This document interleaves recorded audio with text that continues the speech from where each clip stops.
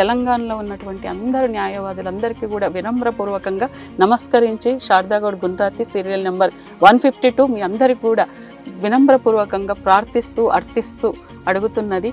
మనకు experienced person, మన గురించి ఆలోచించే పర్సన్, ఒక అమ్మలాగా అక్కలాగా ప్రేమతో సమభావంతో తెలంగాణలో ఉన్న ఏ మూలకున్న న్యాయవాదుల పట్లైనా కూడా ఒకే రకంగా మనము చేసిన మనం కలిసి ముందుకు వెళ్ళి నడిచి ఎక్కడ సమస్య వచ్చినా అక్కడికి నేను వచ్చేటట్టు, మీకు సమస్య వస్తే నా దగ్గరికి వచ్చినట్టు నేను ఏ విధంగా మిమ్మల్ని చూసుకుంటానని ఈరోజు హామీ ఇస్తున్నాను. ఎలక్షన్ అయిన తర్వాత, నేను గెలిచిన తర్వాత కూడా అదే విధంగా ఉంటానని చెప్పేసి నేను మీ దిశ టీవీ ద్వారా కూడా మరొక్కసారి అందరికీ కూడా అదే నేను తెలియజేసుకుంటూ దాని మీదనే నేను వాదా చేస్తూ కూడా చెప్తున్నాను. నమస్తే, వెల్కమ్ టు దిశ టీవీ. ఈరోజు ఇంటర్వ్యూలో ఉన్న స్పెషల్ గెస్ట్ ఎవరో చెప్పాలంటే, బేసిక్గా మనం ఎన్నికలు చాలా రకాలుగా చూస్తుంటాం. రాష్ట్ర ఎన్నికలు ఉంటాయి, రీసెంట్గా జరిగినటువంటి సర్పంచ్ ఎన్నికలు కూడా చూసాం. బట్ కొత్తగా ఇప్పుడు వాటిని తలదన్నేలా హైకోర్టు ఎలక్షన్స్ ఉంటున్నాయి. సో ఆ ఎలక్షన్స్లో పోటీ చేసేటువంటి బార్ కౌన్సిల్ మెంబర్ శారదాగౌడ్ గుండ్రాతి గారు మనతో పాటు ఉన్నారు. అసలు ఏంటి ఆవిడతోటి మాట్లాడి తెలుసుకుందాం. మేడం నమస్తే. నమస్తే మేడం. సో మొత్తం ప్రచారం బిజీగా జరుగుతుంది గత 2 నెలలుగా. ఫస్ట్ ఆఫ్ ఆల్ అసలుకి ఎవరైనా కానీ, అంటే మహిళ పోటీ చేస్తున్నారు కదా, చాలామంది ఉంటుంది ఎవరికైనా. బట్ మీరు ఇప్పుడు పోటీ చేయడానికి ప్రధాన కారణం అంటే ఏం చెప్తారు మేడం? అసలు నేను ఇంతకుముందు 2018లో తెలంగాణ రాష్ట్రం ఫస్ట్ టైం మనకు ఆవిర్భవించిన తర్వాత మొట్టమొదటి ఎలక్షన్స్ 2018లో జరిగాయి. ఓకే, అప్పుడు నేను పాల్గొనడం జరిగింది, పోటీ చేశాను. అలాగే 93 బార్స్ విజిట్ చేయడం జరిగింది. 93 బార్స్ విజిట్ చేయడం జరిగింది. ఓకే, అక్కడ విజిట్ చేసే సందర్భం లోపల వివిధ సమస్యలు వాటి మీద మనం కాన్సన్ట్రేట్ చేయడము, ఆ తర్వాత వచ్చేసి వాటి మీదనే ఫోకస్ చేస్తూ ముందుకు రావడం, కొన్ని ONE1 తగ్గడం తోటి కొంచెం బ్యాక్ వెళ్ళిపోయాను నేను. అది ఎన్ని ఇయర్స్ నుంచి మేడం? అంటే ఎప్పటి నుంచి ఫస్ట్ మీ పోటీ ఎప్పుడు అనుకోవచ్చు? స్టార్టింగ్ 2018లోనే ఓటీ అయిన తర్వాత 2 years కి అప్పుడు ఉన్నది. ఆ 2 years కోసం ఉన్నటువంటి ఎలక్షన్ కాస్త 7.5 సంవత్సరాల పైగా సాగింది. వాళ్ళు అలాగే ఉన్నారు, ఎలక్షన్ పెట్టకుండా అట్లాగే ఉన్నారు. మళ్ళీ సుప్రీంకోర్టు గైడ్ లైన్స్ ప్రకారం, వాళ్ళు ఇచ్చిన షెడ్యూల్ ప్రకారం ఇప్పుడు జరుగుతున్నటువంటి ఎలక్షన్ తెలంగాణలో 3వది జరగాలి, 2వది జరుగుతుంది అనమాట. అసలు రూల్స్ ప్రకారం ఎన్ని ఇయర్స్ కి జరగాలి మేడం? కొత్త రాష్ట్రం కాబట్టి 2 years, మామూలుగా అయితే 5 years. ఓకే, 5 years అంటే ఆల్మోస్ట్ 2.5 years డిలే అయిపోయింది అనుకోవచ్చు. అంతే.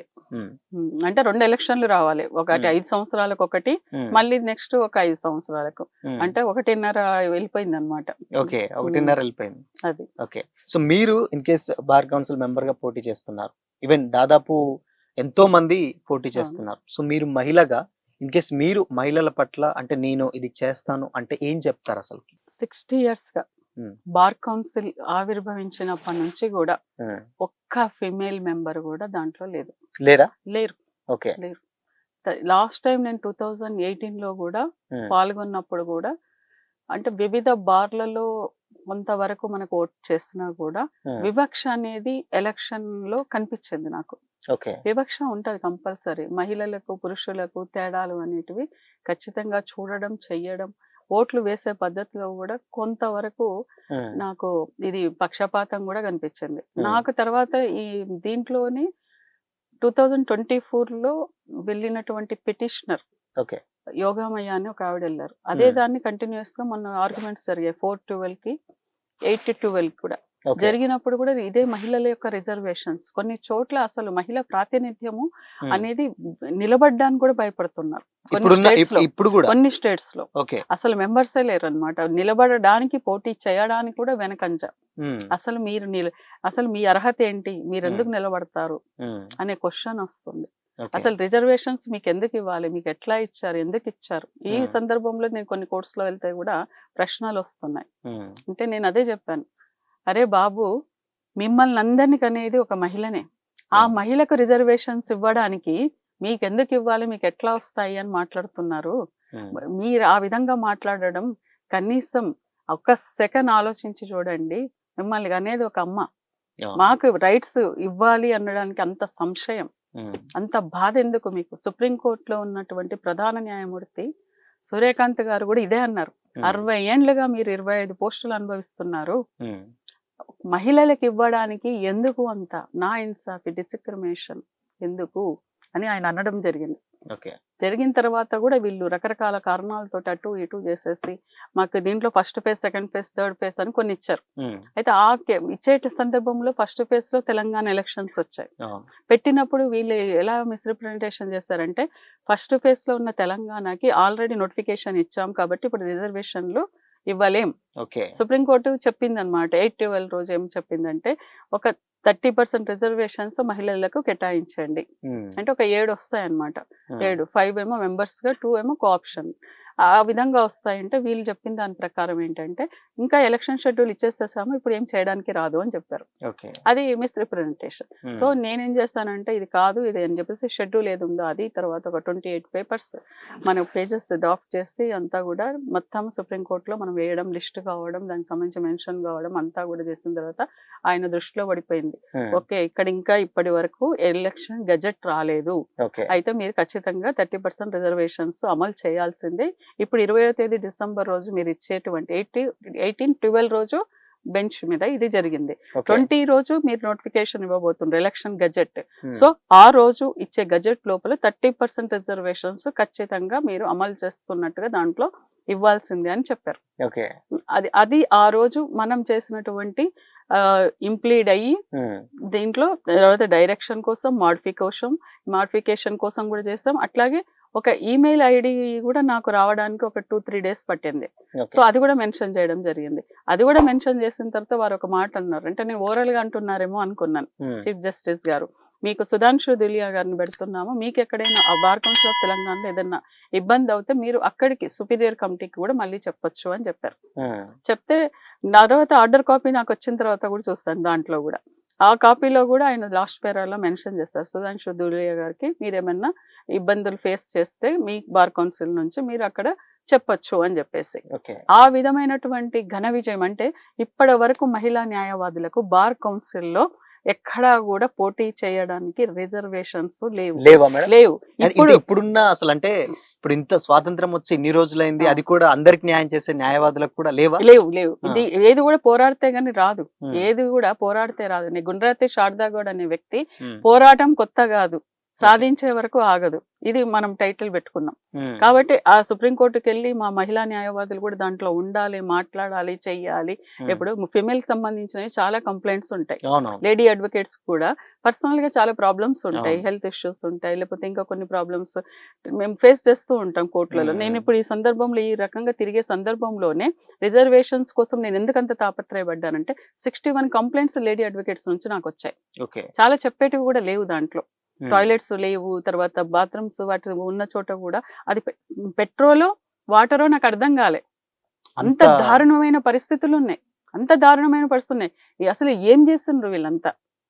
ఇటు బార్ అసోసియేషన్స్ కానీ, ఇటు సైడ్ బార్ కౌన్సిల్ కానీ ఒక అడ్వకేట్స్ మహిళల గురించి ఆలోచించట్లేదు. వాళ్ళ కోసం ఫెసిలిటీస్ ఏర్పాటు చేయడము అంత కష్టంగా ఉందా వీళ్ళకి? అంత కష్టమైన పని. అంటే ఒక ఫిమేల్ మెంబర్ అక్కడ ఉంటే వాళ్ళు వచ్చి నాతో చెప్పుకుంటున్నారు, కానీ అది ఫిమేల్ మెంబర్ అక్కడ ఉంటే ఇవన్నీ చూస్తాం కదా. అందుకనే నేను అంత ఖచ్చితంగా సుప్రీంకోర్టుకి వెళ్ళడం, దాని గురించి ఫైట్ చేసి దాన్ని తీసుకొని వచ్చి ఈ రోజు పెడితే ఈ రోజు ఫిమేల్ మెంబర్స్ కి 5+2 ఈ రోజు వస్తున్నాయి. ఈ రోజు దాదాపు 7. అంటే ఈ విజయాన్ని కూడా మనము ఈ రోజు సగౌరవంగా ఒక ప్రపంచానికి తెలిసే విధంగా ఈ రోజు లేడీ అడ్వకేట్స్ రైట్స్ కోసం, వాటి కోసం, వీటి కోసం నిలబడుతూ ఎందరి కోసమో ఉంటే లాస్ట్కు మా కోసం మేము కూడా పోరాడి తెచ్చుకోవాల్సి వచ్చిన పరిస్థితి కల్పించబడింది. ఇది ఈ సుప్రీంకోర్టులో మన లేడీ అడ్వకేట్స్ కోసం రిజర్వేషన్స్ వచ్చే విధంగా పోరాడి తెచ్చుకున్నటువంటి ఘనత మనకే దక్కింది అని చెప్పి తెలంగాణ పోరుగడ్డ అని సిజే గారు మెన్షన్ చేశారు అక్కడ. తెలంగాణ మామూలు తెలంగాణ కాదు, అది పోరాటాల గడ్డ, వాళ్ళదే నేను ముందు వింటాను అన్నారు ఆయన. అంత గొప్పగా ఈరోజు రిజర్వేషన్స్ తీసుకొచ్చిన గుండ్రాతి శారదా గౌడ్ గురించి తెలంగాణలో ఉన్న ప్రతి మహిళా న్యాయవాది తెలుసుకోవాల్సినటువంటి అంశం. మనం ఏదైనా కూడా భయపడకూడదు, వెనక్కి వెళ్ళకూడదు. ఏదన్నా ఉంటే ఫేస్ చేయాలి, ముందుకు వెళ్ళాలి. మన కోసం పోరాటం చేస్తుంది ఎవరు, మన కోసం మాట్లాడేది ఎవరు అనేది కూడా గమనించుకొని ఓటు వేసుకున్నప్పుడు, మన కోసం మనమే ఓటు వేసుకున్నప్పుడు నిర్భీతిగా ముందుకు వెళ్ళాల్సినటువంటి అవకాశం. ఎందుకంటే ఈ రోజులు చాలామంది అడ్వకేట్స్ డే 1 రోజు వచ్చే వాళ్ళు క్రమంగా ఇబ్బందులు ఎదురయ్యేసరికి మానేస్తున్నారు. అవును, చాలా మంది వెళ్ళిపోతున్నారు. అవును. వెళ్ళిపోతున్నారు. మేమున్నప్పుడు వచ్చినటువంటి అడ్వకేట్స్ చాలా మంది లేరు. ఒక 500 మంది ఉంటే ఈ రోజు మా అడ్వకేట్స్ మేమున్నప్పుడు వచ్చిన వాళ్ళు ఒక 50-60 మంది ఉన్నారు. అంటే ఆల్మోస్ట్ 70-80% తగ్గిపోయారు. తగ్గిపోయారు. అందరూ కూడా ఫ్యామిలీ కూడా కోఆపరేట్ చేసేది ఉండదు. పిల్లలు, అత్తగారు, పుట్టిల్లు, ఇన్ని సమస్యల మధ్యలో ఒక మహిళ ఉంటది. అంటే 2 రకాల వర్క్స్, ఇంట్లో వరకు ఇక్కడ వరకు డ్యూయల్ వర్క్షిప్. అంటే మనగా మామూలుగా అంటాం మల్టిపుల్ టాస్కర్ అది ఇది అని చెప్పి మాట్లాడతాం, కానీ ఒక ప్రాక్టికల్ గా వచ్చేసరికి చాలా ఇబ్బందులు ఫేస్ చేస్తుంటాం. ఒకవేళ వైఫ్ అండ్ హస్బెండ్ అడ్వకేట్స్ ఉన్నప్పుడు కొంతవరకు కోఆపరేషన్ ఉంటుంది, ఒకరికొకరు సాధరించుకొని ముందుకు వెళ్లాల్సిన పరిస్థితులు ఉంటాయి. కానీ అట్లా లేని వాళ్ళకు ఈ పరిస్థితులను ఇంట్లో చెప్పుకోలేక చేయలేక మానేసే వాళ్ళు చాలా మంది ఉన్నారు. సో ఇప్పుడు యంగ్స్టర్స్ కూడా చాలా మంది ధైర్యంగా వస్తున్నారు. వివిధ కాలేజెస్ ద్వారా వాటి ద్వారా వస్తున్నారు. వాళ్ళని కూడా మనకు ఎట్లా చేసుకోవాలి, వాళ్ళకి ఎట్లా టెక్నికల్ గా వాళ్ళకు మనం దోహదపడతాం, వాళ్ళు వెనక్కి ఎలా ఉండాలి అంటే ఒక అమ్మలాగా అక్కలాగా ఈ రోజు బార్ కౌన్సిల్లో నాలాంటి వాళ్ళు ఉంటే ఒక ఎక్స్పీరియన్స్ పర్సన్ ఎప్పుడు కూడా సోషల్ కాన్సెప్ట్, ఒక సోషల్ అవేర్నెస్, సోషల్ జస్టిస్ గురించి, సామాజిక స్పృహ గురించి మాట్లాడే వాళ్ళు అక్కడ ఉంటే ప్రతి ఒక్కరికి న్యాయం చేసే అవకాశం ఉంటుంది అని ఒక దృక్పథంతో ఈ రోజు నేను బార్ కౌన్సిల్ ఎలక్షన్స్ లో నిలబడ్డాను. మీరు అన్న దానికి ఈ జవాబే కాకుండా బార్ కౌన్సిల్ ఎలక్షన్స్ అనేవి ఒక ఎమ్మెల్యే ఒక్క నియోజకవర్గంలోనే ఉంటాడు, ఒక ఎంపీ 7 నియోజకవర్గాలకు సంబంధించి. కానీ బార్ కౌన్సిల్ మెంబరు 33 జిల్లాల్లో ఉన్నటువంటి 118 బార్ అసోసియేషన్స్ కి ప్రాతినిధ్యం వహిస్తూ అక్కడున్న ప్రతి ఒక్క అడ్వకేట్ యొక్క సమస్యలు తెలుసుకోవాలి. సీనియర్ సిటిజన్స్, మహిళలు, కొత్తగా వచ్చే స్టూడెంట్స్, తర్వాత యంగ్స్టర్స్, అక్కడ ఉన్న ఫెసిలిటీస్ గురించి, వాటి గురించే కాకుండా మిగతా అన్నిటి మీద ఫోకస్ చేసుకోగలిగేటట్టు ఆల్వేస్ నేను మీ సమక్షంలోనే ఉన్నాను, ఒక మొబైల్ మెంబర్గా మీ గురించి ఆలోచిస్తున్నాను అనేది మనం తెలియాలి అని చెప్పేసి. ఇంకొకటి బార్ కౌన్సిల్ మెంబర్ అంటే ఎక్కడి వాళ్ళు అక్కడే కూర్చొని 2 రోజులు ఒక చోట తిరిగేస్తే సరిపోదు. నా యొక్క ఉద్దేశం ఏంటంటే మనం 33 జిల్లాలకు 118 బార్ అసోసియేషన్స్ కి ప్రాతినిధ్యం వహిస్తున్నప్పుడు ఖచ్చితంగా నువ్వు 70%, 80% ఆ బార్ అసోసియేషన్స్ ని కలవాలి. కలవాల్సిందే కదా నీకు ఆ సమస్యలు తెలుస్తాయి. నువ్వు ఎక్కడికక్కడ నిలబడి నాకు ఇంత అంటే నువ్వు బార్ అసోసియేషన్ లో పోటీ చేయాలి. చాలా మందికి మేబీ అసలు దగ్గర కాంటాక్ట్ అవ్వడానికి కూడా ఉండదు అనుకుంటా కదా మేడం. అంటే 33 జిల్లాలు వెళ్ళాలి అనే దృక్పథం ఉంటే ఇప్పుడు నేనున్నాను 2 months నుంచి తిరుగుతున్నాను. ఎవరన్నా న్యాయవాదులు ఎవరన్నా కొత్త వాళ్ళు ఇప్పుడు ఒకటే బార్ అసోసియేషన్ కి 20 ఏండ్లు ఉంది ఎలిజిబిలిటీ, బార్ కౌన్సిల్ కి అది లేదు. ఎందుకు పెట్టలేదు అనేది కూడా పెద్ద ప్రశ్నార్థకమే. అసోసియేషన్స్ కి 1 year కే ఉన్నప్పుడు ఒక బార్ కౌన్సిల్ కి నిలబడడానికి ఖచ్చితంగా 25 ఏండ్లు ఉండాల్సింది. 25 ఏండ్ల ఎక్స్పీరియన్స్ ఉండాలి, సామాజిక స్పృహ ఉండాలి, అడ్వకేట్స్కి ఏం జరుగుతున్నాయి అనేది మనకు తెలిసి ఉండాలి. అట్లాగే ఒక 70-80% అడ్వకేట్స్ని మీరు గుర్తుపట్టగలగాలి ప్రతి ఒక్క బార్లో ఉన్నటువంటి వాళ్ళని. అంటే వాళ్ళని మీరు కలిసినప్పుడే కదా జరిగేది. అంటే చాలా మందికి అంటే ఈ డౌట్ మీరు అన్నప్పుడు అందరూ తెలవాలని లేదు కదా, న్యాయం లేదు. ఇక్కడ ఖచ్చితంగా బార్ కౌన్సిల్ అనేది రిప్రజెంటేషన్, ఇది అల్లాటప్పగా మాట్లాడడంగా తెలియాలి అనేది ఇది అసలు అది ప్రశ్ననే కాదు. నువ్వు తెలుసుకోవాలి ఖచ్చితంగా. నువ్వు బార్ కౌన్సిల్లో మెంబర్గా ఉంటే ఒక అడ్వకేట్స్ ఎక్కడెక్కడ ఉన్నారు, ఎవరికి సమస్యలు ఉన్నాయి, లేనప్పుడు ఎందుకోసం నిలబడతావు? నువ్వు నిలబడాల్సిన అవసరమే లేదు కదా. ఇప్పుడు బార్ అసోసియేషన్ తిరుగుతున్నప్పుడు వాళ్ళు ఒక మాట అంటున్నారు, బార్ కౌన్సిల్ కి ఓటేసినాము, మా వల్ల గెలిచారు, మేము అక్కడికి వస్తే మినిమం రెస్పెక్ట్ లేదు, మమ్మల్ని బయటనే అడ్డగిస్తారు, లోపలికి కూడా రానివ్వరు, అసలు ఒక కుర్చీ లేదు, ఒక వాటర్ లేదు, అక్కడ ఎక్కడికి వెళ్ళాలో కూడా తెలియదు, అక్కడికి వస్తే కూడా మాకు ఏ విధమైనటువంటి సమభావం లేదు, పక్షపాతం ఉంది, రెస్పెక్ట్ లేదు. అట్లాంటప్పుడు మీ బార్ కౌన్సిల్ మెంబర్స్ మేము ఎందుకు ఓటు వేయాలి? మాకేం అవసరం? మా గురించే మాట్లాడినప్పుడు మీకు ఎందుకు వేయాలి? మీరు ఓట్లు వేసేటప్పుడు మా అసోసియేషన్లకు వస్తున్నారు, మమ్మల్ని ఓట్లు అడుగుతున్నారు, ఏ లెక్కన అడుగుతారు మేడం అని అడుగుతున్నారు వాళ్ళు. మరి తెలుసుకోకుండా నువ్వు ఎట్లా నిలబడతావు? మీకేమన్నా ఎదురైందా మేడం అలాంటి? నాకు వచ్చిన క్వశ్చన్సే చెప్తున్నాను. మాజీలను, పాత వాళ్ళను, మాజీలు వాళ్ళు మొన్నటి వరకు వాళ్ళకు సంబంధించినటువంటివి ఏవైతే ఉన్నాయో వాళ్ళకు ఆ సందర్భంలో ఈ 8 years నుంచి జరిగిన అటువంటి ఇష్యూస్ అన్ని పట్టుకొని వాళ్ళకి జరిగిన అవమానాలు, వాళ్ళకి ఏమీ జరగకపోవడం, అది ఇప్పుడు ఒక అడ్వకేట్ ఎవరితో చెప్పుకోవాలి? బార్ కౌన్సిల్ ఎందుకు ఉంటుంది? ఎన్రోల్మెంట్స్ కోసమో, వెల్ఫేర్ కోసమో, లేకపోతే మనకు సంబంధించిన గైడ్ లైన్స్, కొంచెం ప్రాక్టీసింగ్ సంబంధించినవి, అట్లాంటివన్నీ కొంచెం ఫ్రేమ్ చేసి 1961 యాక్ట్ అనేది ఒకటి పెట్టారు. దానికి సంబంధించినవన్నీ చేస్తున్నాయి. వెల్ఫేర్ అంటున్నాం. వెల్ఫేర్ అనేది ఒక అడ్వకేట్ వరకు నువ్వు రీచ్ అయ్యి వాళ్ళకి సంబంధించిన గోడు, వాళ్ళకి సంబంధించింది మనం విన్నప్పుడే కదా. ఏసీ రూములలో కూర్చోవడం కాదు కదా. బార్ కౌన్సిల్ మెంబర్ అంటే కార్ల మీద స్టిక్కర్ వేసుకోవడం, విజిటింగ్ కార్డులో పేర్లు వేసుకోవడం కాదు. అదొక బాధ్యత. ఒక అమ్మా నాన్న ఎట్లయితే పిల్లల గురించి సమప్రాధాన్యత ఇస్తూ చూసుకుంటారో, ఒక బార్ కౌన్సిల్ మెంబర్ కూడా అలాగే చూసుకోవాలి. చూసుకోకపోతే నువ్వు ఇంకొకటి, ఇలాంటి వ్యక్తిత్వం లేకుండా నేను కొంతవరకే ఉంటాను, నేరో మైండెడ్గా ఉంటాను అనుకుంటే నువ్వు అనర్హుడివి.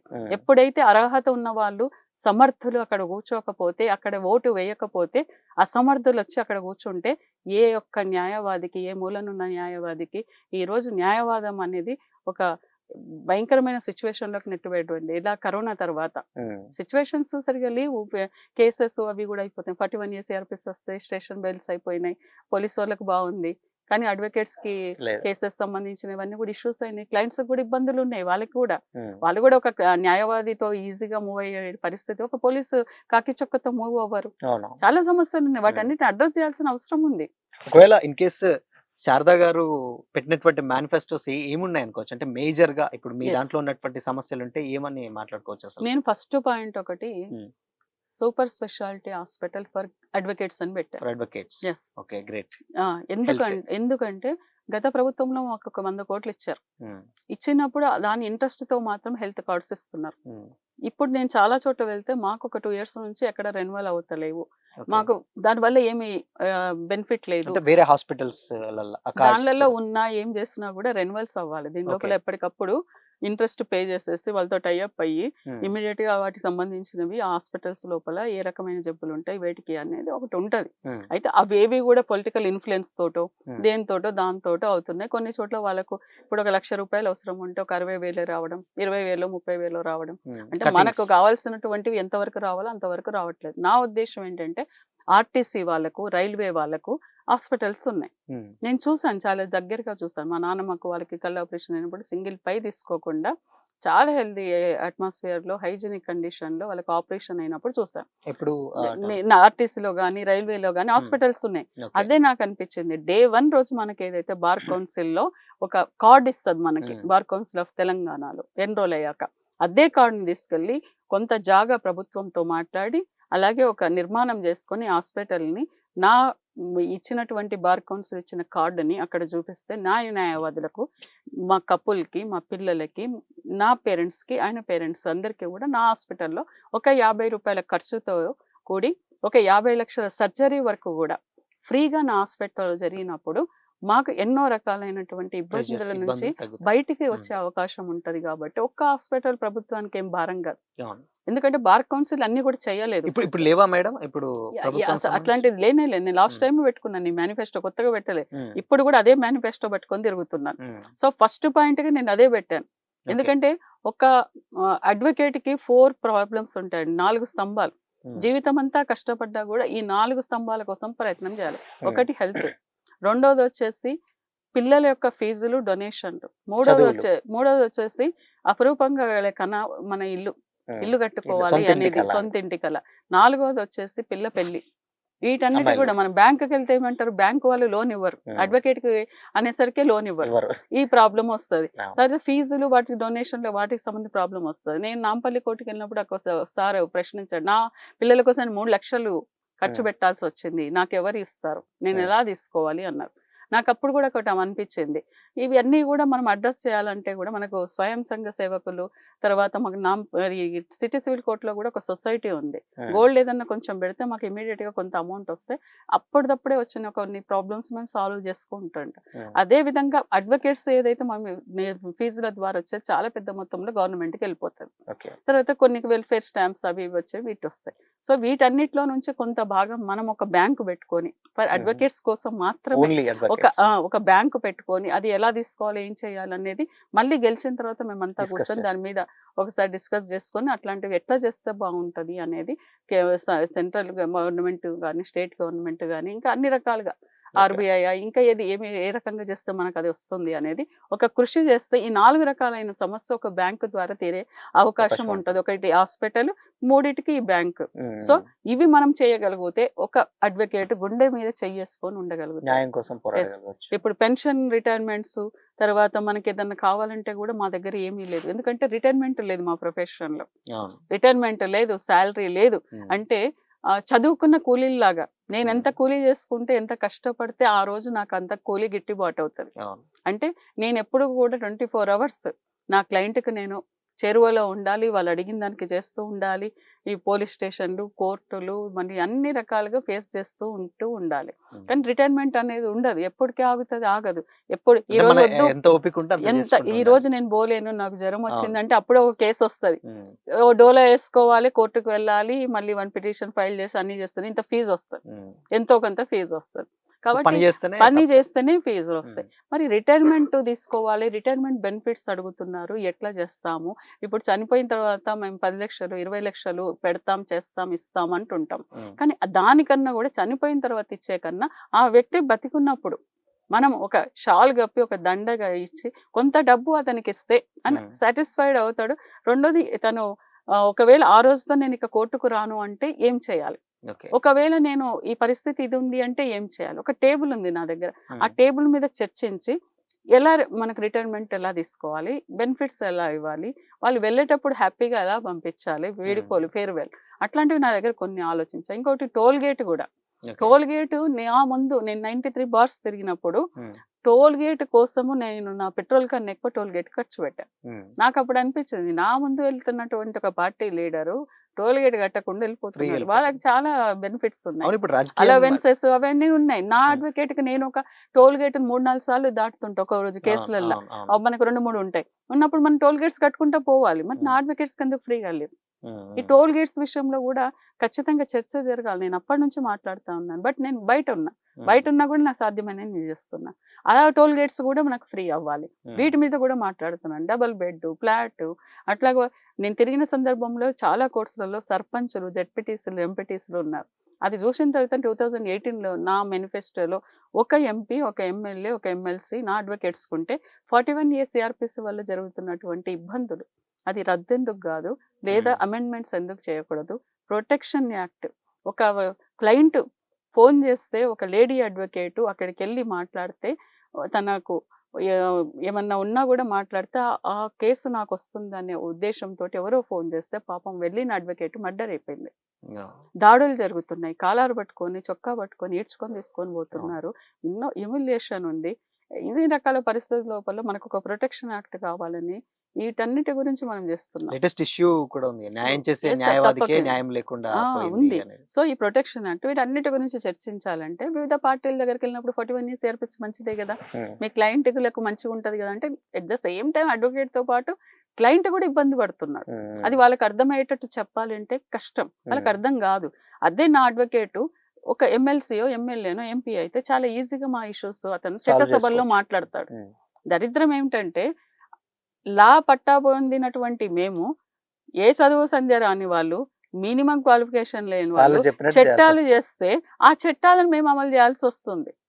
విచిత్రమైనటువంటి ఆర్టికల్. ఇప్పుడు మాకు ఎన్నో సెక్షన్స్ ఉన్నాయి, వాటన్నిటి పేర్లు అంతా మనకి ఈ స్వతంత్రం వచ్చినప్పటి నుంచి నోటెడ్ అయితే, ఇప్పుడు కొత్త కొత్త పేర్లతో కొత్త కొత్త రకంగా మార్పులు చెందితే నోట్ల నుంచి పదాలు కూడా పేర్లు కూడా వస్తాయి. నాకు అనిపిస్తుంది సంస్కృతం నేర్చుకోవాలేమో అని. అట్లాంటి పరిస్థితులు వచ్చేస్తున్నాయి. అంటే వాళ్ళకి ఇష్టమైనవి ఎవరు ప్రభుత్వాలు వస్తే వాళ్ళకి ఇష్టమైనటువంటి మార్పులు చేర్పులు చేసి మన నెత్తి మీద రుద్దుతున్నారు, అన్ని రుద్దుతున్నప్పుడు మనం ఎందుకు మాట్లాడకూడదు, మనం ఎందుకు అడ్రస్ చేయకూడదు, మనం ఎందుకు మన సంబంధించిన న్యాయవాదుల గురించి వెల్ఫేర్ కోసం వాటి కోసం ఎందుకు మాట్లాడకూడదు? ఒకటి కన్ఫ్యూజ్ చేయకుండా మనము వాళ్ళని కన్విన్స్ చేయగలిగితే ప్రభుత్వాలని, ఖచ్చితంగా మన కోసం వాళ్ళు ప్రయత్నం చేస్తారు కదా, మనకు అపాయింట్మెంట్ ఇస్తారు కదా, చులకన భావం ఉండదు కదా. కొందరి వల్ల ఈ రోజు న్యాయవాద వృత్తి చులకనకు లోన అవుతుంది. ఆ చులకన పోకుండా మనకు గౌరవం పెరగాలి, మనకు రెస్పెక్ట్ అనేది పెరిగేటట్టు చూసుకోవాలి తప్ప మనం ఏదో తగ్గించుకునే విధంగా మన వృత్తిని అనవసరంగా డస్ట్బిన్ లో పడేసే విధంగా మనం ఈ రోజు కొందరి వల్ల అదవుతున్నాము. మనం ఎందుకు దీని పట్ల ఒక స్పృహతో మాట్లాడగలగాలి? ఏ ఇష్యూ వచ్చినా కూడా A to Z మేము సాల్వ్ చేస్తుంటే మాకు వచ్చినవి మేము మాట్లాడుకోలేని పరిస్థితిలో మనమే కల్పించుకుంటే అది కొంతమంది కల్పిస్తే మనకేం విలువ ఉంటుంది? మనకేం విలువ ఉంటుంది? ఎథిక్స్ లేకుండా, నామ్స్ లేకుండా మనం ఆ ప్రొఫెషన్ కిందికి బారేసుకుంటా ముందుకు వెళ్ళిపోయి అసమర్థులను ఎన్నుకుంటే అక్కడ కూర్చోబెడితే మళ్ళీ అలాగే జరగదని ఏంటి? ఇప్పుడు మీరు ఆల్రెడీ యాజ్ ఎ లేడీగా కంటెస్ట్ చేసేస్తున్నారు మేడం. ఇప్పుడు అంటే మహిళలకు ఉన్నటువంటి అడ్వకేట్స్ కి మీరేమన్నా అంటే స్పెషల్ గా ఏమన్నా చెప్పాలనుకుంటారా, లేకపోతే వాళ్ళకి చేసేటువంటి మేనిఫెస్టోలో ఏమన్నా మెన్షన్ చేశారా? చాలా మంచి క్వశ్చన్ ఇది. Hmm. నేను చూసినటువంటి బార్ అసోసియేషన్స్ లో మహిళలకు Hmm. ఇప్పటికీ కూడా చాలా ప్రాబ్లమ్స్ ఉన్నాయి. Hmm. వేరే అడ్వకేట్స్ తో, మేల్ అడ్వకేట్స్ తో వాళ్ళు మాట్లాడుకోలేరు, అవును. చెప్పుకోలేరు. ఒక తల్లి లాంటి, ఒక అక్క లాంటి వ్యక్తి అక్కడ బార్ కౌన్సిల్ లో ఉండాల్సిందే. బట్ ఇంతవరకు ఎవరు లేరా మేడం ఎవరు అసలు? లేరు, ఎవరు Hmm. 60 ఏళ్ల నుంచి లేరు. Hmm. 60 ఏళ్ల నుంచి ఇప్పటి వరకు లేదు. ఇప్పుడు నేను సుప్రీంకోర్టుకి వెళ్ళి రిజర్వేషన్స్ తీసుకొచ్చిన తర్వాతనే ఈ ఇప్పుడు- రోజు బార్ కౌన్సిల్ లో ఫిమేల్ మెంబర్స్ పోటీ చేయడానికి అవకాశం కలిగింది. Okay. కలిగినా కూడా ఎలాంటి వాళ్ళని ఎన్నుకోవాలి, అక్కడ ఎట్లాంటి వాళ్ళని ఎన్నుకోవాలి, అది కూడా చాలా ఇంపార్టెంట్. ఆ అవేర్నెస్ కూడా ఉండాలి. Hmm. ఫలానా వాళ్ళు ఈ రోజు రిజర్వేషన్స్ తీసుకొచ్చినా కూడా ఎట్లాంటి వాళ్ళు, సీనియర్ మోస్ట్ ఉన్న వాళ్ళు, ఒక ఎలిజిబిలిటీ ఉండాలి, దానికి ఒక 25 years పెట్టాలి. Hmm. అట్లాగే వివిధ సమస్యల పట్ల అవగాహన ఉండాలి. బార్ అసోసియేషన్తో అనుసంధానం చేసుకోవాలి, నిన్ను గుర్తుపట్టగలగాలి. నువ్వు ఆన్ రోడ్ 365 రోజులు, నేను 8 ఏళ్ల నుంచి కూడా ఆన్ రోడ్లోనే ఉన్నాను. Hmm. ఏ ఇష్యూస్ వచ్చినా కూడా మాట్లాడడం, చేయడం, హైకోర్టులో 4th గేట్ 6th గేట్ ప్రతి ఒక్క విషయంలో నేను వచ్చి రెస్పాండ్ అవుతూనే ఉంటాను. Hmm. అట్లా ఉంటారు ఒక 10%. అవును. అట్లా నేను చేసుకుంటూ వచ్చినాను కాబట్టి నేను ఈ రోజు నిలబడుతున్నాను. కాబట్టి టాయిలెట్స్ లేవు, ఫెసిలిటీస్ లేవు, కూర్చోవడానికి లేదు, నిలబడడానికి లేదు. ఇన్ని ఇబ్బందులు ఉన్నప్పుడు ఒక మహిళ ఏ విధంగా తన వృత్తిని ముందు కొనసాగిస్తారు? చాలా ఇబ్బంది పడుకుంటే ఎట్లా చేస్తారు? కోర్టుకు పక్కన ఇండ్లు అందరికి ఉండవు కదా, Hmm. దగ్గరలో అయితే ఉండవు కదా. Definitely. కొంతమంది పొద్దున వస్తే సాయంత్రం వరకు అక్కడే ఉండాల్సి వస్తుంది. కనీసం లంచ్ బాక్స్ తెచ్చో తినడానికి కూడా లేదు. Hmm. అట్లాంటి పరిస్థితులు ఉన్నప్పుడు వాటి గురించి మాట్లాడాలి కదా, వాటి గురించి చర్చించాలి కదా. ఈ రోజు ప్రధానమైన డిమాండ్, ప్రధానమైన సమస్య, ప్రధానమైనటువంటి విషయం ఏంటంటే మహిళా న్యాయవాదులకు ప్రొటెక్షన్ కావాలి. Okay. ఎందుకంటే నేను ఒక బార్ అసోసియేషన్ లో ఒక అమ్మాయి నాతో చెప్పింది, తన పట్ల అసభ్యంగా ప్రవర్తించిన వ్యక్తి పట్ల నేను ఫిర్యాదు చేస్తే నాకు అన్యాయం జరిగింది కాబట్టి నేను బార్ కౌన్సిల్ ఆఫ్ ఇండియాకు వెళ్ళినా అన్నది. Hmm. అక్కడ కూడా న్యాయవాదిని నేనే ఏర్పాటు చేశాను ఢిల్లీలో. మీరు ఎస్, Hmm. అంటే నాకు 2018లో అమ్మాయి పరిచయం అయింది కాబట్టి నేను తన గురించి అవగాహన ఉంది కాబట్టి అమ్మాయి నేను మొన్న వెళ్తే కూడా ఆ మాట అంటుంది, Hmm. మేడం మీకు మేము ఓట్లేస్తాం, ONU 1 ఇచ్చాం, మీరు గెలుస్తారనుకున్నాను అని చెప్పేసి తనకి అంటే last ఎదురైన time జరిగిన సమస్య elections. Last Hmm. మొన్న వెళ్ళినప్పుడు ఈ విషయం చెప్పింది. ఇలా జరిగింది, నేను ఇలా వచ్చాను, ఫిర్యాదు చేశాను, నన్ను కాంప్రమైజ్ అవ్వమన్నారు. అంటే Hmm. నేను ప్రతి చోట చెప్తున్నాను, సార్ మీ అమ్మాయో, మీ అక్క చెల్లెంలో, మీ భార్యనో అదే ప్లేస్ నుండి ఎవరైనా చెయ్యి పట్టుకొని ఒక రకమైనటువంటి ఇబ్బందులు గురి చేసినప్పుడు నేను కూడా ఒక 20 లక్షలు ఇస్తాను, కాంప్రమైజ్ అవుతారా? అదేనా మీరు చేసేటువంటి కాంప్రమైజ్? అదేనా అమ్మాయికి ఇచ్చేటువంటి ధైర్యంగా ముందుకెళ్ళేటువంటి ప్రతిపాదన? Hmm. అమ్మాయి తన వుడ్ బి ముందు చెప్పింది మొన్న. Okay. నేను మాట్లాడిన ఒక వారం రోజులకి తనకి 20, మాకు ఇక్కడ నోటిఫికేషన్ ఉంది, అక్కడ ఆమెకు బార్ కౌన్సిల్ ఆఫ్ ఇండియాలో ఆ రోజు ఆమె సంబంధించిన ఫిర్యాదుకు సంబంధించింది, ఆమె ఫిజికల్ గా అటెండ్ అవ్వమని చెప్పారు. Hmm. అట్లాంటి సమస్యలు ఎదుర్కొంటుంటే వాళ్ళు ఎవరితో చెప్పుకోవాలి? తను అదే అంది, ఆ కమిటీలో ఒకవేళ మీరు గాని ఉంటే నాకు ఇంత అన్యాయం జరిగేది కాదు, ఈ రోజు నేను ఢిల్లీకి పోయే పరిస్థితి లేదు. లేదు. చలి లోపల అమ్మాయి ఢిల్లీ వరకు ట్రైన్లో వెళ్ళింది. ఇలాంటి వాళ్ళు చెప్పుకోలేని వాళ్ళు ఎంతమంది ఉన్నారు? అమ్మాయి ధైర్యంగా ఉంది కాబట్టి ఫిర్యాదు చేసింది, ఇక్కడ కూడా కాంప్రమైజ్ అవ్వలేదు కాబట్టి అక్కడికి వెళ్ళింది. అవును. అలా లేదంటే మిగతా వాళ్ళ పరిస్థితి. చాలా మంది మానేశారు. Hmm. మానేసినందుకు కారణాలు కూడా చెప్తున్నారు వాళ్ళు. Issues. ఇష్యూస్ ఉన్నాయి. ఎవరైనా కూడా, ఏ మహిళ వచ్చినా కూడా, ఆమె నీ అక్క కాకపోవచ్చు, చెల్లి కావచ్చు, నీ బిడ్డ కాకపోవచ్చు, నీ భార్య కాకపోవచ్చు, కానీ అసభ్యంగా ప్రవర్తించొద్దు. తోటి మహిళ ఒక ప్రొఫెషనల్ గా తను పని చేసుకోవాలని వచ్చినప్పుడు ఆమె పట్ల మీ ప్రవర్తన అనేది, ఒక స్త్రీకి ఎంత గౌరవం ఇస్తాం భారతదేశంలో, ఆ గౌరవం ఆమెకి ఇవ్వాలి. Hmm. ఇది నేను చెప్పదలుచుకున్నది. ఈ కంటెంట్ చాలా ఇంపార్టెంట్. Okay. ఎందుకంటే నా వృత్తిని నేను సంరక్షించుకోవాలి కాబట్టి నా న్యాయవాదులకు, నా మహిళా న్యాయవాదులకు నేను రక్షణగా ఉండదలుచుకున్నాను.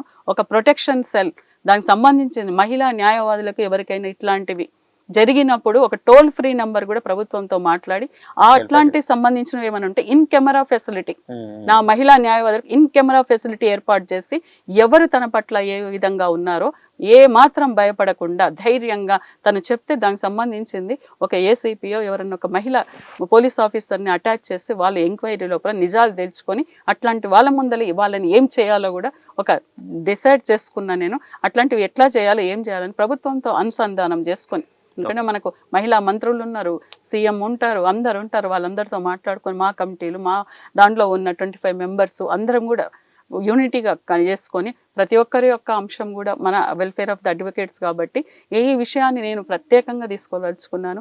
యంగ్స్టర్స్ కోసం కూడా వాళ్ళ కోసం కూడా ఆలోచన చేయాలి. ఓకే, అది అండ్ ఇంకోటి ఏంటంటే మేడం, ఇప్పుడు న్యాయం చేసేదే మీరు, బట్ అయినా కానీ ఓటుకు నోటు అండ్ ఇవి కూడా వింటూ ఉన్నాం. ఏంది అసలు ఎంతవరకు నిజం అనుకోవచ్చు ఈ విషయం? అంటే మేము చెప్పడం చాలా ఇబ్బందిగా ఉంది అందరికీ న్యాయం చేసేవాళ్ళు, బట్ అయినా ఇది జరుగుతుందని మేము విన్నాం. ఎంతవరకు నిజం అసలు? నిజము అంటే నిజమే. నిజమేనా? నిజమే. ఎందుకంటే డైరెక్ట్ గా అడిగే వాళ్ళు కూడా ఉన్నారు. డైరెక్ట్ గా అడిగే వాళ్ళు ఉన్నారు. అంటే సామాన్యుడు ఒక మందు, బిందు, బిర్యానీ ఇవన్నీ అడిగిండు అంటే దాన్నే మనము కరెక్ట్ కాదు, ఓటుకు నోటు తీసుకున్నావంటే నీ ఓటు గంగలో వేసినట్టే, నువ్వు బానిసవు అవుతావు అని చెప్పేసి మాట్లాడుతున్నాం. ఓటు అంటే తెల్ల కాగితం కాదు, నీ నుదిటి రాతని మార్చేటువంటి ఒక ఆయుధం. మనం చెప్తున్నాం నువ్వు ఓటేసేటప్పుడు చాలా జాగ్రత్తగా ఉండు. ఒక్క ఓటు 5 సంవత్సరాలు వాళ్ళు బిజినెస్ చేసుకుంటారు, సో నువ్వు జాగ్రత్తగా ఉండు అని లేమ్యాన్ కి మేము చాలా సార్లు చెప్తూ ఉంటాం. కానీ ఒక ఇంటెలెక్చువల్స్ ఆలోచించాల్సిన వాళ్ళు ఈ రోజు కులము, మతము ఉన్నాయా మేడం? ఖచ్చితంగా ఇప్పుడు కులాల మీదనే పోతున్నాయి. కులాల మీదనే పోయి నా కులం ఇది, నా కులం ఇది, నా కులంలో ఎన్ని ఓట్లు ఉన్నాయి, మీరు ఇన్ని వేయండి, అన్ని వేయండి, నా మతం ఇది, మీరు మనమే ఓట్లు వేసుకోవాలి. ఇంత చదువుకున్నా కూడా ఇది మాట్లాడుకోకపోతే కూడా నేను నేరం చేసినట్టు, తప్పు కదా, నేరం చేసినట్లు అనిపిస్తున్నాను. ఏ ఆన్ కెమెరాని మాట్లాడుతున్నా. ఎందుకంటే కొందరి వల్ల అందరూ కాదు. ఇప్పుడు చాయ్ బిస్కెట్లు నాకే ఇస్తున్నారు, పెడుతున్నారు, కానీ నా గౌరవం నాకుంది. కానీ నాతో పాటు 24 మంది కూడా మంచి వ్యక్తులు రావాలని నేను ఈ మాట మాట్లాడుతున్నాను. నాతో పాటు 24 మంది కూడా సమర్థులు రావాలని కోరుకుంటున్నాను. నేను సమర్థులు రావాలి. నీకు డబ్బు ఉంది కావచ్చు, నీకు ఎన్నో రకాల అండదండలు ఉండొచ్చు, నీకు ఇన్ఫ్లుయెన్స్ ఉండొచ్చు, ఎంతో ఉండొచ్చు. నువ్వు మంది పార్టీలు పెట్టుకుంటూ, బిర్యానీలు పెట్టుకుంటూ కొంతమంది ఇబ్బందుల్లో ఉండొచ్చు. అయినా వాళ్ళు వచ్చినా కూడా నువ్వు అన్ని ఏర్పాటు చేసి దానికి అడిక్టివ్ చేసేసి వాళ్ళ నుంచి ఓటు ఆ విధంగా నువ్వు గుంజుకోవాలని చూస్తే నువ్వు బార్ కౌన్సిల్ మెంబర్గా అనర్హుడివి అంటున్నా నేను. నువ్వు అనర్హుడివి. నువ్వు ఆ విధంగా అంత డబ్బులు వేలకు లక్షలు కోట్లకు వచ్చి నువ్వు అంత గానం చేసుకుంటే నువ్వు అక్కడ బార్ కౌన్సిల్లో నువ్వేం చేస్తావు? న్యాయవాదికి, ఒక సామాన్య న్యాయవాది ఎన్రోల్ చేసుకోవాలంటేనే ఆ డబ్బు కట్టడానికి 2-3 అడిగి తెచ్చుకొని ఎన్రోల్మెంట్ చేసుకునే పరిస్థితిలో ఈ రోజు న్యాయవాదులు ఉన్నప్పుడు నువ్వు అట్లాంటివన్నీ ఆఫర్స్ చేసి లంచాలు ఇచ్చి ఈ క్యాలెండర్స్, డైరీలు, బుక్కులు, ఈ పార్టీలు ఇవన్నీ ఇచ్చుకుంటూ నువ్వు ఆడ గెలిచి వచ్చి ఆడ కూర్చుంటే ఏం చేస్తావు? తీసుకున్న వాడికి ప్రశ్నించే అర్హత ఎక్కడ ఉంటుంది? వాడి రాజే నడుస్తుంది కదా. రాజ్ హమారా గల్లా హమారా అని చెప్పి ఒకటి చేశాను నేను. ఇప్పుడు రాజ్ హమారా న్యాయవాదుల యొక్క హవా నడవాలంటే, ఆ గల్లా మనది కావాలంటే, ఆ గల్లాలో వేసే ప్రతి పైసా నాదే అయినప్పుడు, మనదే అయినప్పుడు, ఆ గల్లాలో ఉండే వాటిలో వాటా మనది అయినప్పుడు, ఆ వాటా జరిగేటప్పుడు ఆ వాటా నీకే వస్తుంది నమ్మకం ఏంటి? అసమర్థులు ఆడ కూర్చున్నప్పుడు స్వాహా చేయరని నమ్మకం ఏంటి?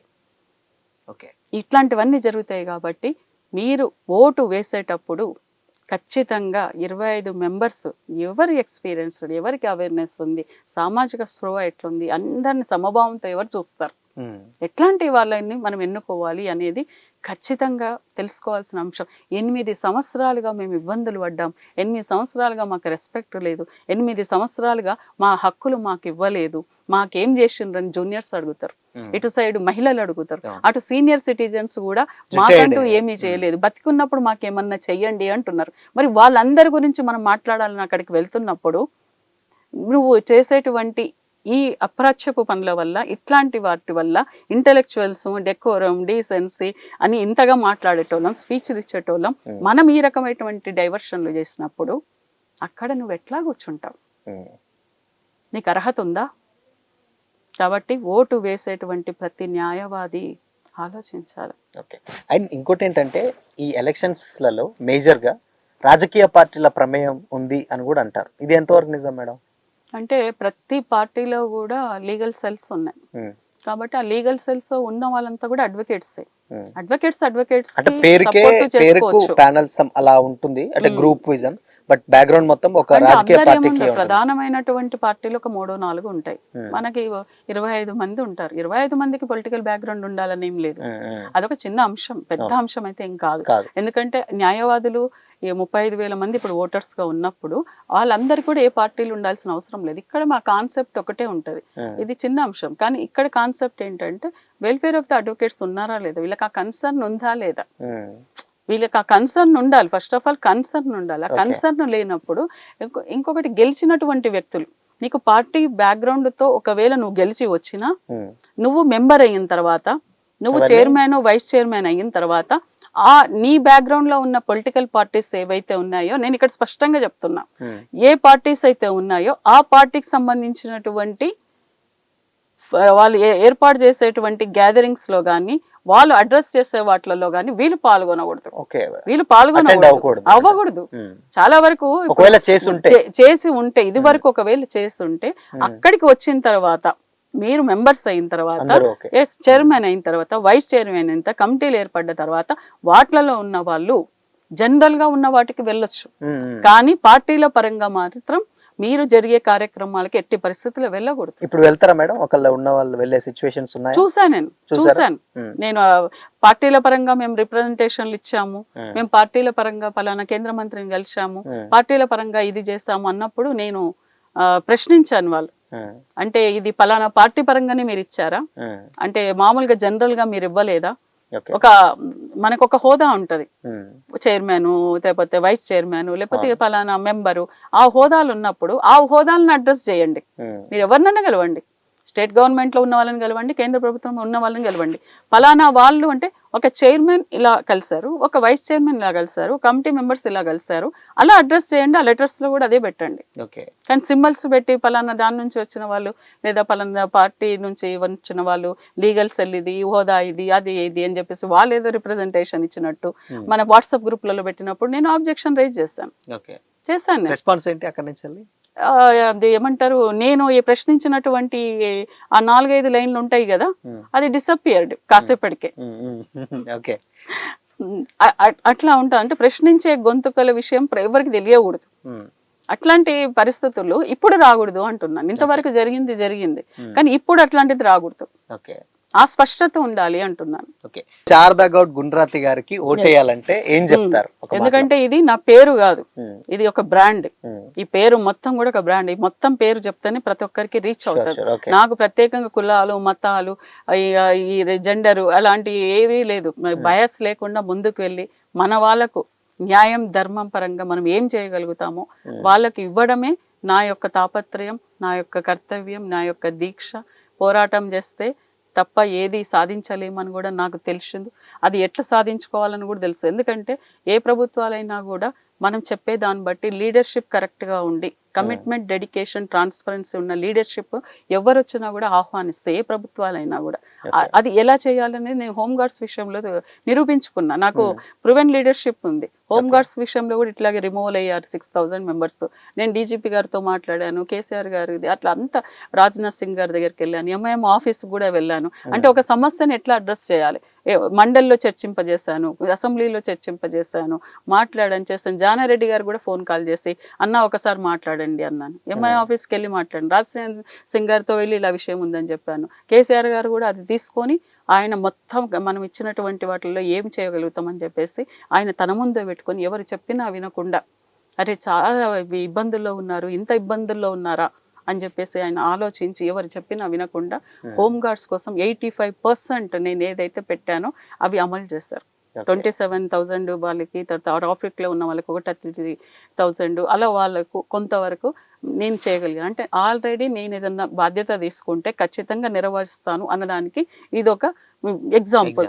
అలాగే పేరెంట్స్ అసోసియేషన్ వైస్ చైర్మన్ గా ఉన్నా మేము నిరాహార దీక్ష చేస్తాం. రామయ్య గారు వచ్చి మాకు దీక్ష విరమింపజేస్తారు. అట్లా చాలా రకాలైనటువంటి సమస్యల పట్ల నేను ఎప్పుడు కూడా 30 years నుంచి సామాజిక స్పృహతోటే కుల మతాలకు అతీతంగా నా పోరాటం ఇష్యూడ్ బేస్డ్గానే ముందుకు వెళ్తుంది. కాబట్టి దీంట్లో కూడా నా న్యాయవాదులకు నేను చేయాలి, చేసే ధర్మం నాకుంది. కాబట్టి నేను ఇప్పుడు నిలబడ్డాను, దానికోసమే మాట్లాడుతున్నాను. శారదా గౌడ్ గుండ్రాతి 152 సీరియల్ నెంబర్ వచ్చింది. మాకు 30వ తేదీ ఎలక్షన్ జరగబోతుంది. కాబట్టి తెలంగాణలో ఉన్నటువంటి అందరు న్యాయవాదులందరికీ కూడా వినమ్రపూర్వకంగా నమస్కరించి శారదా గౌడ్ గుండ్రాతి సీరియల్ నెంబర్ 152 మీ అందరికి కూడా వినమ్రపూర్వకంగా ప్రార్థిస్తూ అర్థిస్తూ అడుగుతున్నది. మనకు ఎక్స్పీరియన్స్డ్ పర్సన్, మన గురించి ఆలోచించే పర్సన్, ఒక అమ్మలాగా అక్కలాగా ప్రేమతో సమభావంతో తెలంగాణలో ఉన్న ఏ మూలకున్న న్యాయవాదుల పట్ల అయినా కూడా ఒకే రకంగా మనము కలిసిన చేసిన, మనం కలిసి ముందుకు వెళ్ళి నడిచి ఎక్కడ సమస్య వచ్చినా అక్కడికి నేను వచ్చేటట్టు, మీకు సమస్య వస్తే నా దగ్గరికి వచ్చినట్టు నేను ఏ విధంగా మిమ్మల్ని చూసుకుంటానని ఈరోజు హామీ ఇస్తున్నాను.